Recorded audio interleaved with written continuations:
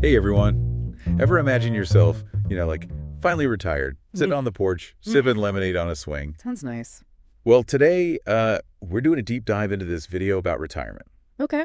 And it turns out that it's not all it's cracked up to be, especially for baby boomers. Oh, really? Yeah, a lot of those folks, especially the ones born between 1959 and 1964, Mm-hmm. they're not exactly financially ready for retirement.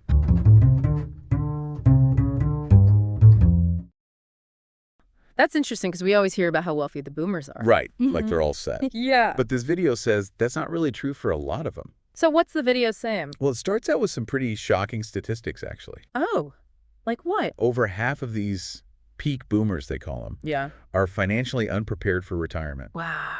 Yeah. And 43% of those aged 55 to 64, Mm-hmm. they have absolutely NO retirement savings. Oh, wow. And get this, almost a third of those over 65 are living on less than $27,000 a year. That's tough. Yeah, that's considered like economically insecure. So not exactly the carefree retirement we all dream of. Right. Makes you think, where do I stand compared to these numbers? Yeah, that's a good question for all of us to consider no matter how old we are. For sure. And to understand why so many boomers are in this situation, we need to look at how the whole retirement landscape has shifted. Okay, so what do you mean? How has it shifted? Well, we've moved away from those traditional pension plans. The defined benefit plans. Exactly. Those are like a comfy rocking chair, you know? You can just settle in and relax. I like that analogy. They guarantee you a set monthly payment after you retire, and it's often backed up by federal insurance, so you know you're covered. It's that steady paycheck you can count on even after you're done working. Exactly. But nowadays, it's more common to have defined contribution plans. Oh, like 401ks. Yeah, things like that. It's more like you're on a treadmill, you got to keep running to get where you want to be. So you're putting in effort, but the final outcome depends on how well you do. Right. With defined contribution plans, your final payout is tied to your investment returns. So you're basically betting on the market doing well. Pretty much. And for a generation that was raised on those guaranteed pensions, this whole market-dependent thing has created a lot of uncertainty. Yeah. Yeah, makes sense. The whole different ballgame. Definitely. Now, this video takes us way back to understand how we got here. Oh. How far back are we talking? Like way back, before pensions even existed. Wow, okay. So, like, what was retirement like back then? Well, basically, there was no retirement. People worked until they physically couldn't work anymore. No leisurely cruises or rounds of golf? Nope, it was work, work, work until the very end. When did pensions actually start? Well, American Express was a pioneer. Back in 1875, they introduced the first private pension plan. American Express, that's interesting. Yeah, it was for their long-term employees aged 60 and above. Huh. A company known for stability and long-term service? Makes sense, Yeah. though, right? They want to take care of their loyal employees. Yeah, definitely. And then other companies started catching on.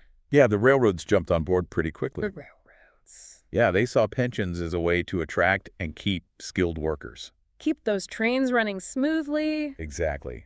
Soon banks, insurers, utilities, you name it, all those industries where experience and stability are important started offering pensions. It was like a domino effect. Pretty much. And then the government got involved and made pension contributions tax deductible for employers. Ah, so that really encouraged companies to adopt pension plans. It was a huge incentive for sure.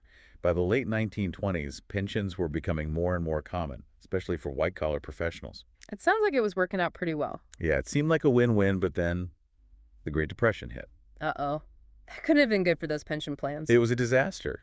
A lot of companies hadn't planned for the long-term costs, and as profits went down, they couldn't keep up with their pension obligations. That's rough. So what happened? Well, the railroads, for example, they were hit especially hard. Oh, yeah, they were huge back then. Their pension expenses had skyrocketed, and they couldn't adjust them like they could with wages. So it was a real crisis for them. It was, and it actually led to the Railroad Retirement Act of 1935. What was that? It was basically a government bailout for railroad pensions. Wow, so the government had to step in and save the day. They did. And around the same time, there's this guy, Dr. Francis Townsend, who was gaining popularity with this idea for a national retirement program. National Retirement Program. Yeah, he was advocating for monthly payments to seniors funded by a national sales tax. Huh, that's interesting. It was a pretty radical idea at the time. It was. Oh, yeah. But it definitely influenced the creation of Social Security in 1935. Ah, Social Security. That's been a cornerstone of retirement for so long. It has. And then World War II came along and things shifted again. The government put in place policies like excess profits, taxes, and wage freezes. How did that affect pensions? Well, it kind of unintentionally helped pensions grow even more. By the war's end, a significant chunk of the U.S. workforce had pensions. Wow, so pensions were really becoming the norm. They were. But the story of pensions is full of twists and turns. So what happened next? So after the war, things really started changing. Okay, how so? Well, labor unions, they started gaining more power. Yeah, makes sense. Workers had, made a lot of sacrifices during the war. Right. And they wanted to see some benefits. So they started demanding better pay and working conditions. Exactly. And pensions became a really big part of those negotiations. So there were a lot of strikes and disagreements. Oh, yeah, there were some major clashes between labor and management. The video even mentions that President Truman threatened to draft striking workers. Oh, wow. Things were really heated. It sounds like it. But eventually a new way of negotiating came about. More focused on compromise. Right. And unions started pushing for these comprehensive benefits packages. With pensions as a key component. Pensions were like the holy grail of those benefits. So this is where the Treaty of Detroit comes in. That's right. It was a landmark agreement in 1950. Wow. Auto workers, they managed to secure some pretty significant pension benefits. Really? It set a precedent for other industries across the country. So it was a big win for workers. It seemed like it at the time. But the video suggests that maybe it wasn't all sunshine and roses. Right. Even back then, some people were starting to worry. About what? About whether these generous pensions could actually be sustained in the long run. Yeah, like promising something you can't deliver. Exactly. It's like building a fancy house on a shaky foundation. You might enjoy it for a while, but eventually. Oh, it could all come crashing down. And the video uses a pretty good example to illustrate this point, right? Yeah. The story of Studebaker. What happened there? Well, they were a big American car company back in the day. Okay. And they agreed to give their workers a big pension increase. Sounds good so far. But then shortly after that, they went bankrupt. It's a classic example of how those well-intentioned promises can backfire.